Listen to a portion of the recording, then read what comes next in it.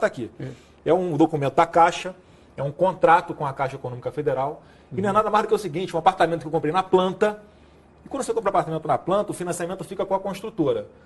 Quando sai o habite-se, é quando a Caixa pode fazer o financiamento, o que você faz? Você busca a Caixa que tem um juros menor. A Caixa vai, paga a sua dívida com a construtora, e eu deixo de ser devedor da construtora e passo a ser devedor da Caixa. Então quem pagou, quem fez essa operação, foi a Caixa Econômica. Não foi dinheiro meu. Então está explicado isso aqui, não tem nada a ver. A Caixa Econômica Federal... Esse 1 milhão era a quitação do apartamento, então? A Caixa quita o restante do financiamento que eu tinha com a construtora e eu passo a dever agora, não mais a construtora, passo a dever a Caixa Econômica Federal. Só isso. Então o título era um pagamento para a construtora. A Caixa pagou esse valor, não fui eu que paguei. Eles pagam a minha dívida e eu passo a ser devedor da Caixa. Qual era a construtora? PDG. A PDG. E um imóvel que você tem até hoje no Rio de Janeiro? Não, esse imóvel foi vendido. Em seguida, hoje, o meu patrimônio é um imóvel que eu tenho na Barra e uma sala comercial. Esse imóvel já não pertence mais? Esse já foi vendido. E estava declarado? Tá tudo claro que estava declarado. Claro, tudo na minha vida é declarado. Os meus imóveis, as minhas movimentações, tudo. Não tenho nada para esconder de ninguém. Senador, o pagamento desse título foi em 2017? Foi 2017. 2017. Qual era o valor do apartamento? Olha, esse título aqui, o que eu estava devendo, era um pouco mais de R$1 milhão.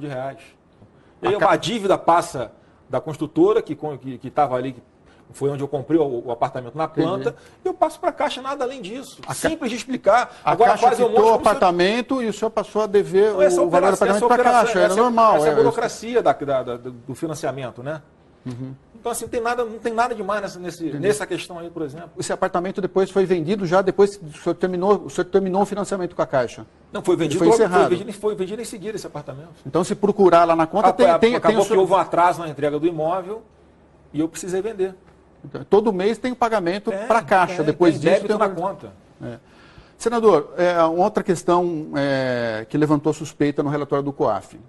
Entre junho e julho de 2017, no prazo de um mês, o senhor recebeu 48 depósitos em torno de R$2 mil. Foram em 3 meses, né, R$96 mil, em que eles tentam, de uma forma muito baixa, querer insinuar que a origem desse dinheiro tem alguma coisa a ver com o ex-assessor meu ou com terceiros. Não tem.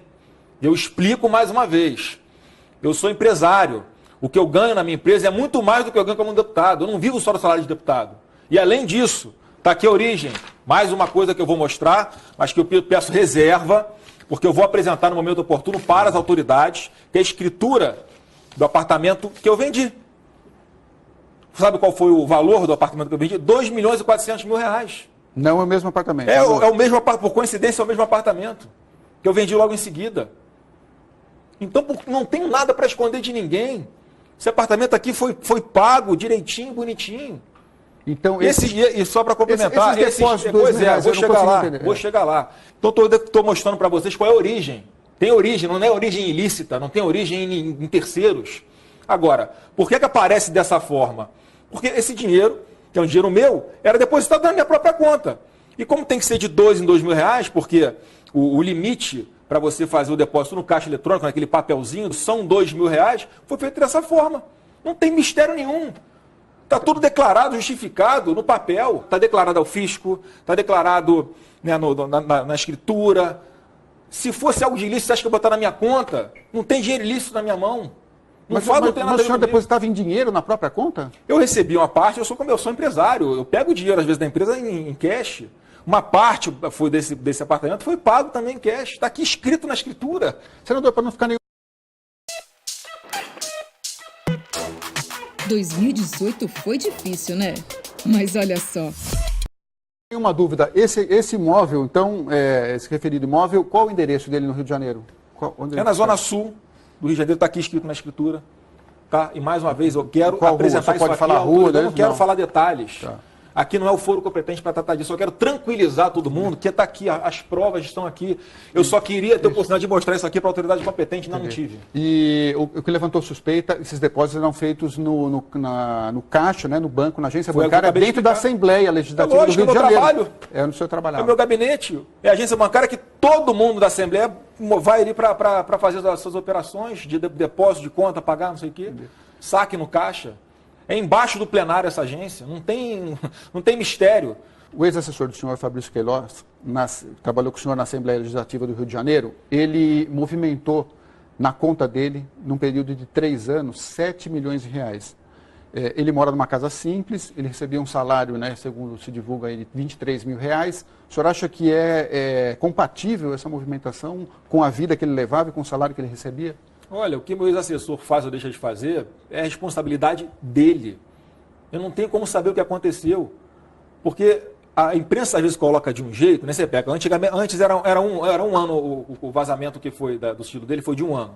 Aí ele movimentou 1 milhão e 200 mil reais. Aí você vai ver, não foi 1 milhão e 200 mil reais. Foram 600 mil reais que entraram e 600 mil reais que saíram. E quando ele me diz, ô Lúcio, lá no começo, que eu fui questioná-lo, que dinheiro é esse? E eu até falei, ele me deu uma explicação plausível. O que ele me falou? Ele falou que grande parte desse dinheiro era dinheiro dele, né, que ele como policial recebia, na Assembleia recebia, e a família depositava na conta dele.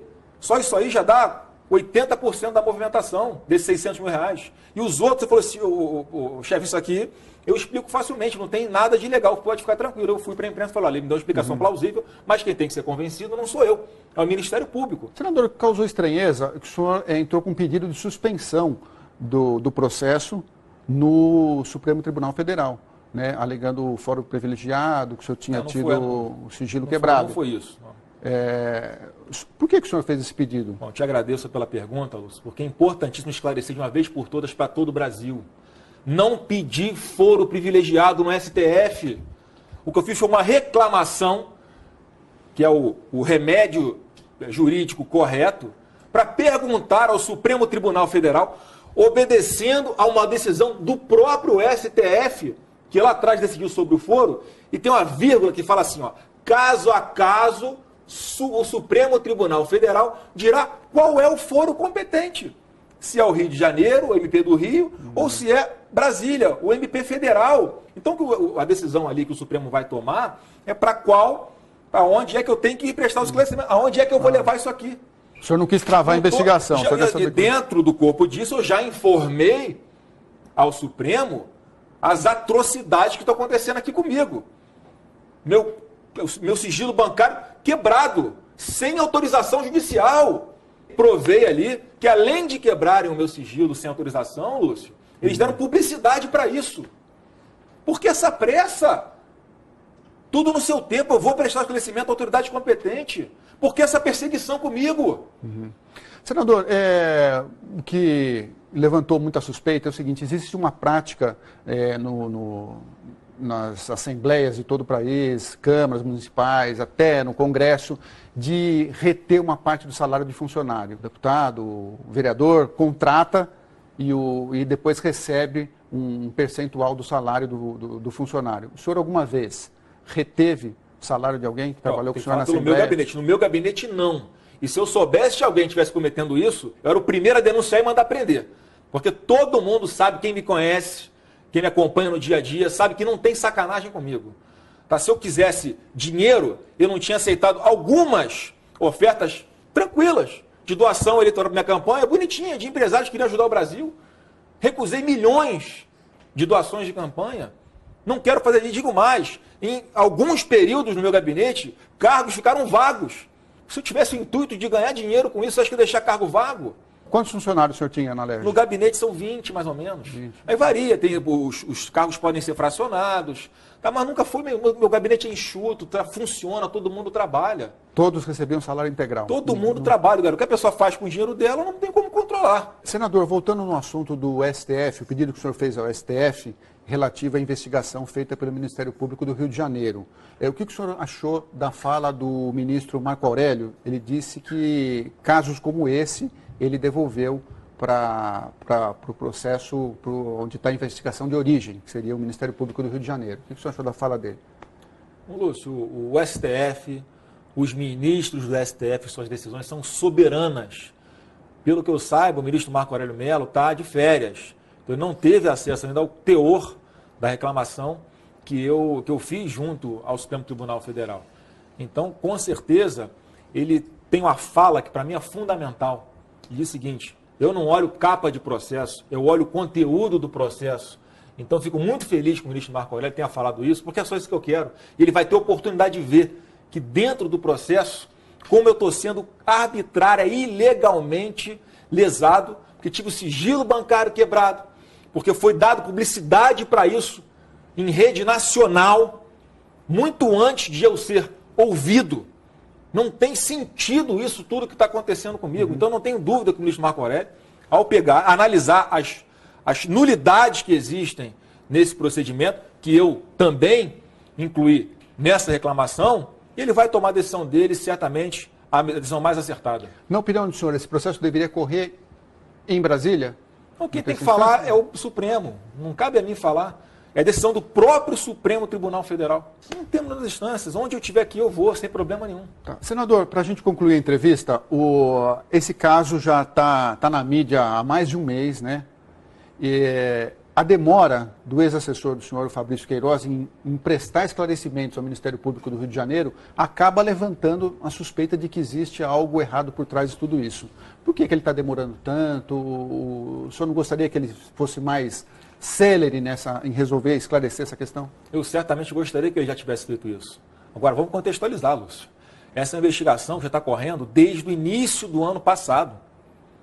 E muito antes do meu ex-assessor ser intimado para comparecer ao Ministério Público, já foi vazado todo o seu sigilo bancário também, que foi quebrado sem autorização judicial. Não tenho procuração para fazer defesa dele. Agora, em menos de 15 dias após isso tudo vir à tona, ele foi intimado 4 vezes. No momento em que a mídia está colocando também, eu fico sabendo por vocês, ele foi vítima de um câncer, retirou um câncer no intestino. É lógico que eu tenho interesse que ele fale o quanto antes, mas é uma coisa que foge ao meu controle. O senhor esteve com ele ontem, hoje? Não, aqui em claro São Paulo, que não posso nem chegar, porque eu não ligo para ele, não falo com ele, para não ter qualquer dúvida, qualquer suspeita de que eu esteja combinando alguma coisa com ele. No contato zero. Ok. Agradeço a entrevista. Tá bom, agradeço. Muito obrigado.